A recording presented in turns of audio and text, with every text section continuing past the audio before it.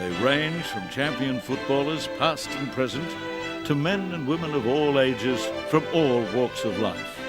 The common thread is their love of football, the bric-a-brac, the mementos, the trivia and the rarities.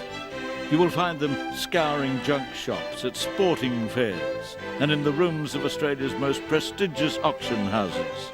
In this show we meet that burgeoning breed who are prepared to spend their hard-earned cash on a piece of memorabilia from years past. It might be a medallion, a footy jumper that has seen better days, or a scrap of paper with the name of a great champion inscribed forever. It may be displayed elegantly in pride of place, or quietly tucked away and put on display on special occasions. They're a rare group with a deep knowledge of football and its personalities. They are the collectors. For more than a century, these humble pieces of coloured cardboard have had footy fans enthralled. Today, these giveaways are worth big money to people who are the collectors. Bill Hopkins played a handful of games with South Melbourne in the early 60s, but his love of the game has endured. From his Sydney home, he's been accumulating footy cards for years. My name's Bill Hopkins and I'm a serious card collector. I've been collecting about 20 years now, and it all started with a fascination for football. I was only about 5 or 6 years old. My father was at the war and living in Brighton, in Melbourne, and this fella next door was a committeeman at South Melbourne, and he invited me to the footy. He used to take me along every week to the Albert Park Lake, and my fans, or my idols then, were people like Billy Williams, who was number 4, I can still remember seeing his number. Jack Graham was captain, number 20, and Billy King, number 8. Anyway, I just loved my football, and because this fellow was a committeeman, I used to get into the rooms after the game, and I had the smell of the eucalyptus, and I guess that's something that stayed with me for a long while. To give you an idea how keen I was, when I was about 10, we were living in Frankston, 50 k's I reckon from Melbourne, and I came up on the train and I went to the South Melbourne Clarendon Street there because Ron Clegg, the star of the day, had a milk bar. I travelled all the way up on the train just to see him and get his autograph. As I arrived at the shop, he was leaving, and I just blurted out, "G'day Ronnie, how you going?" And he said, "Well son," and patted me on the head.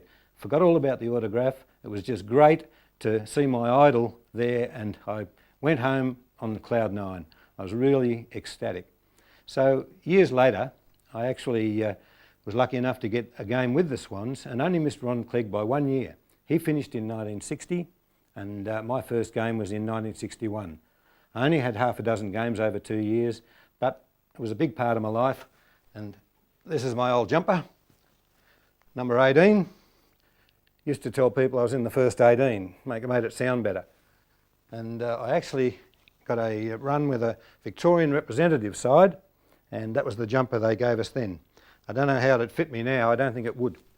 But they were good days, and I'm very grateful for them. Then the card collecting. I got into cards about 20 years ago. Wish I'd done it many, many years earlier, but it's been a source of fascination for me. I've really loved it. It's a passion. You find yourself going out searching for cards, and it's like the grand pursuit. You know, you can really dive into it.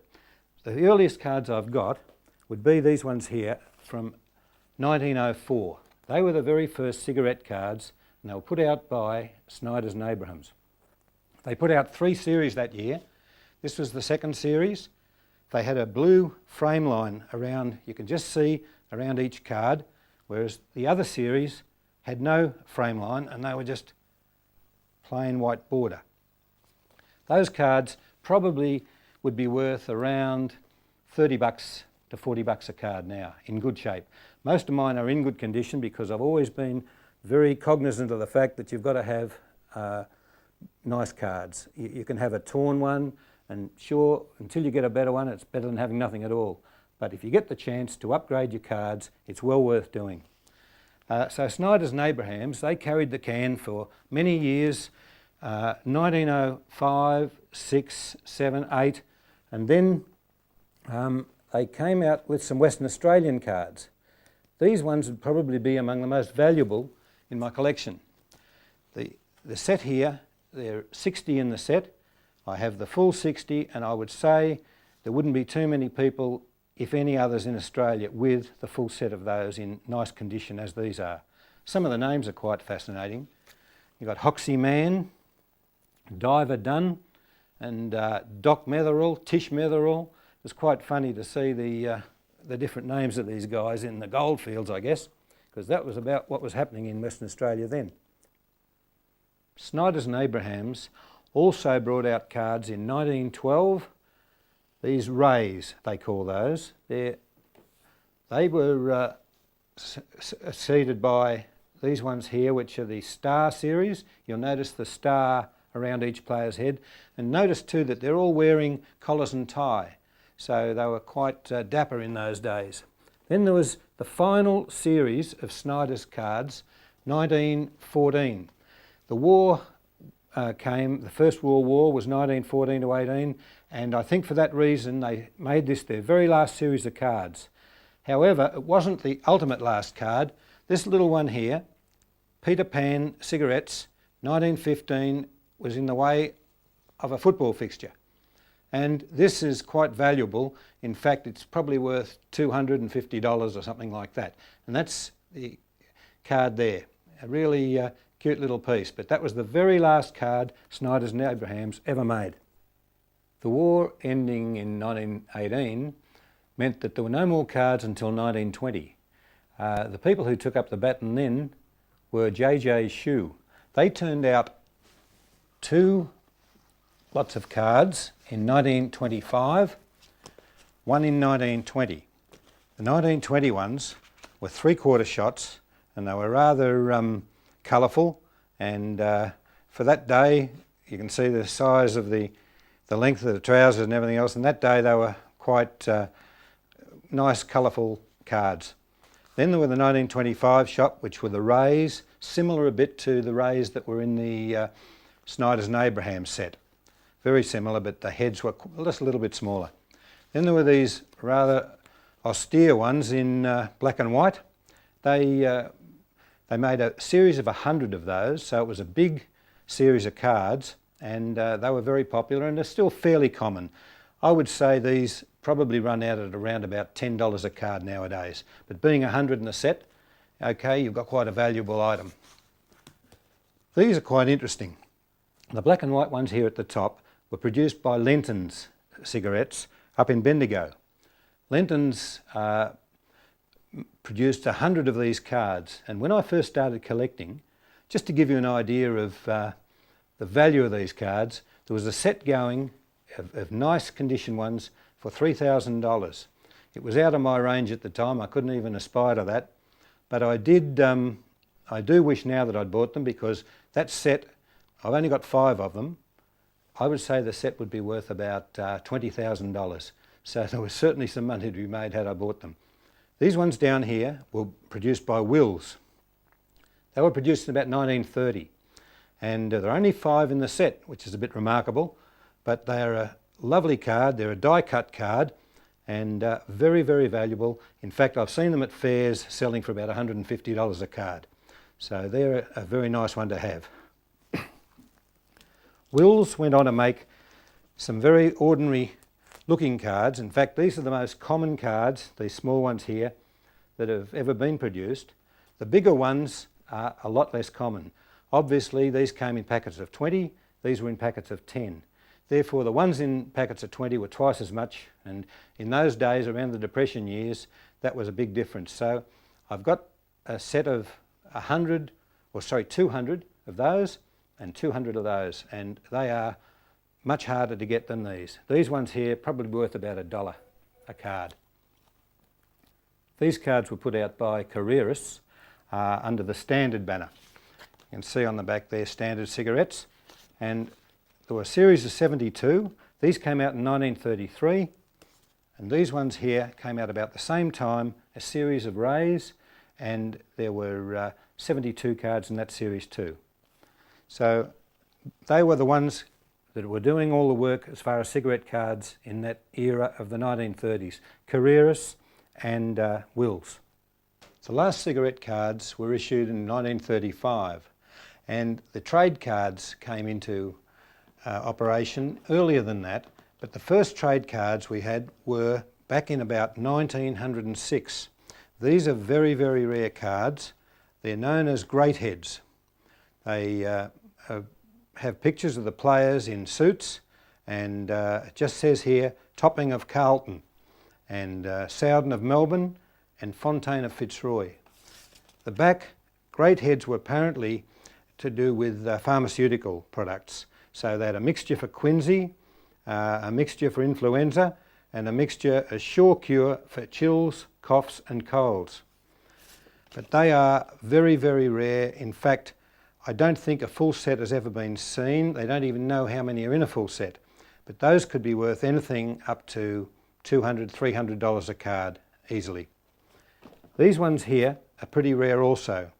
They're beautifully printed cards. They're a colour postcard size card of the various players from the various clubs. The only ones I've ever had are these two Richmond players.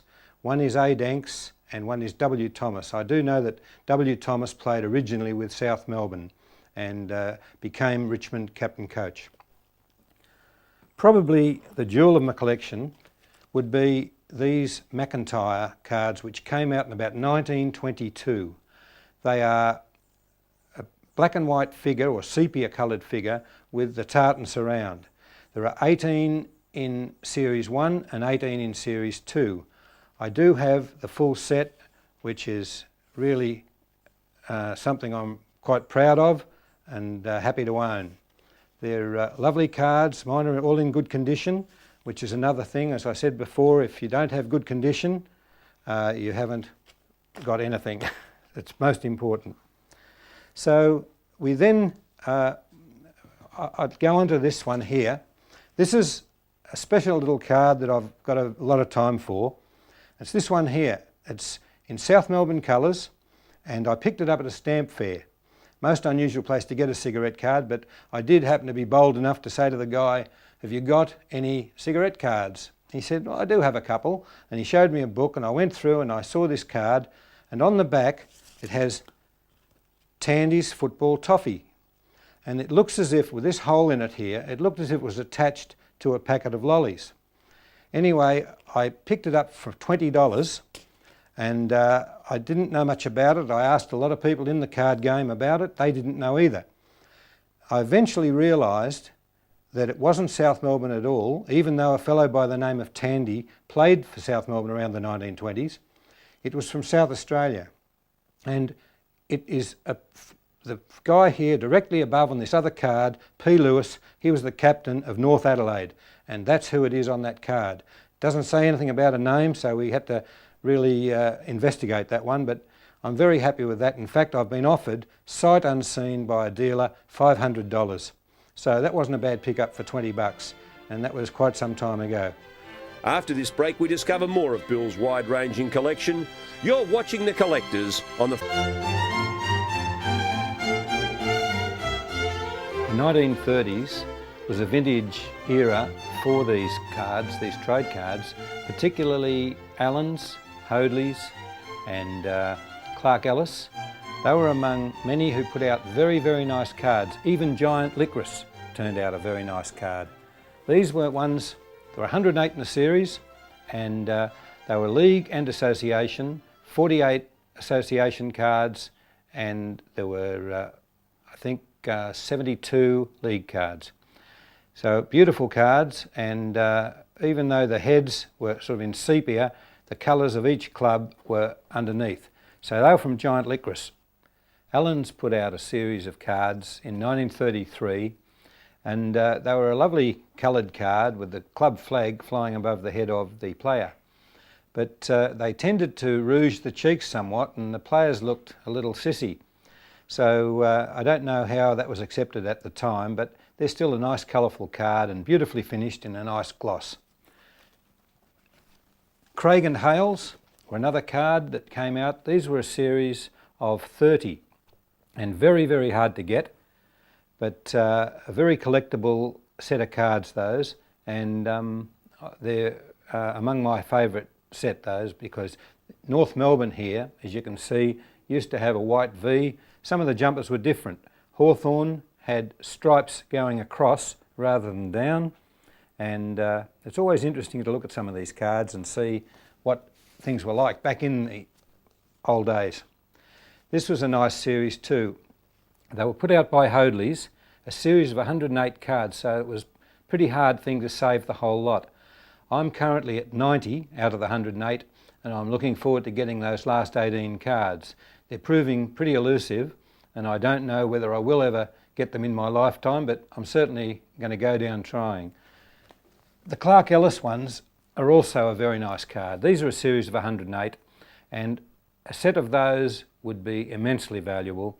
Each card is probably about $60, but they're a lovely card, nicely finished, and on a good stock board, which means that they last a long while. They're good, durable cards. Another one which I was very fond of are these cards here. There are only 5 teams. Hoadley's put them out in about 1933, and for some reason only went along with 20 cards from each of 5 teams. So there were 100 cards in the set. Why they didn't contain more teams, I do not know. But South Melbourne were there, Collingwood, Carlton, Richmond, and Footscray, who were pretty late admittances to the league. They only came in about 1925. But they're a nice set. Once again, I've got 96 out of 100 and still looking for the last 4.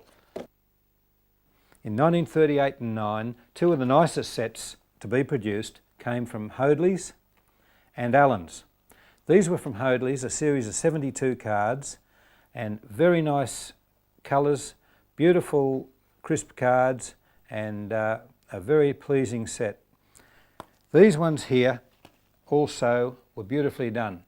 The players they were in bright, vivid colours, and they were from Allen's, and they marked the last of trade cards that we saw because of the war, I guess. At 1939, we didn't see any more until 1950. Or 1948, in fact, that was when Cornies came out. Cornies produced a series of cards in 1948 that I remember as a kid, and they were in the cereal packets, and they were a series of 64.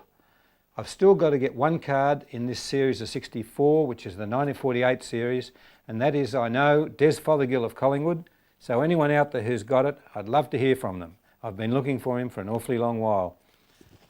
Got another series came out in 49, similar cards to the 48 series, different players, and they were very popular too. Then in 1950, they brought out a similar sized card, but this time they got an autograph on it.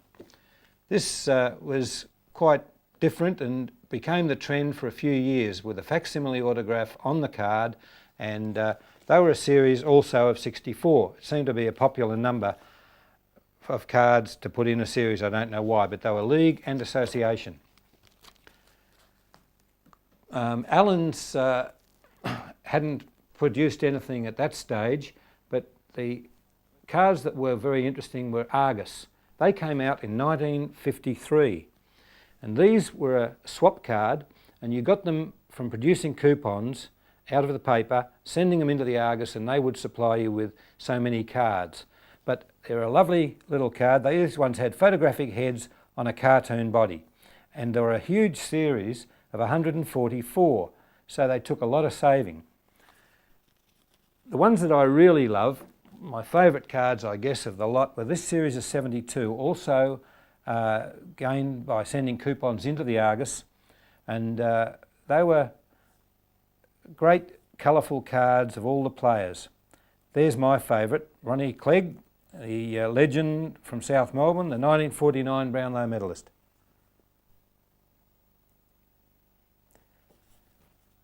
Considering these cards were all given away, it's rather interesting to see how they've achieved tremendous value nowadays, and these cards would bring around $50 each.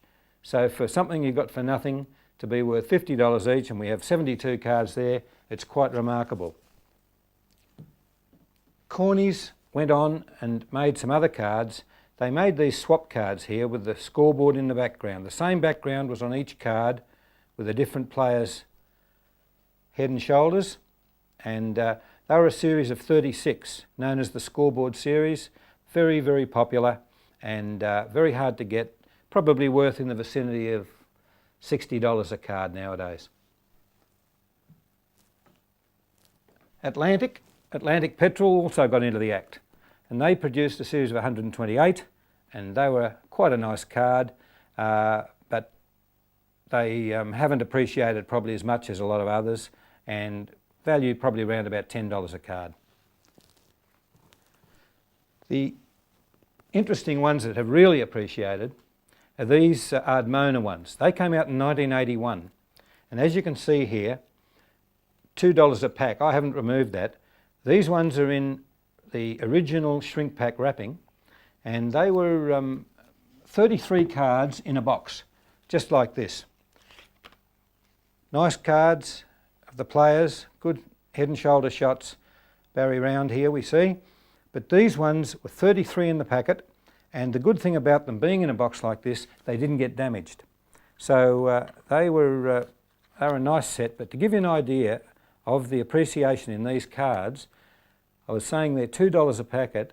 Well, recently one packet went, not shrink wrap mind you, for $100. So they've certainly gone up in value.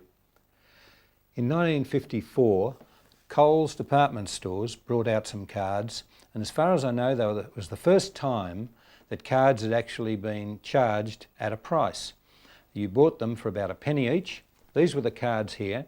They were nice cards, good action shots in full colour, and the size of a playing card. They brought out 3 different series, and they were, I think, about 50 cards in each series. But the ones with the full name, of which were the last series in 55, they are the most valuable ones. They're all quite valuable, but if they have the full name, Christian name and surname, they are that much more valuable, probably twice the price of the others.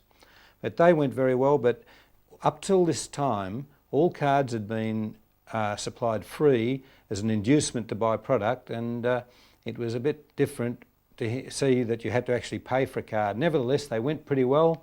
They sold a lot of them, but they're still a very collectible item.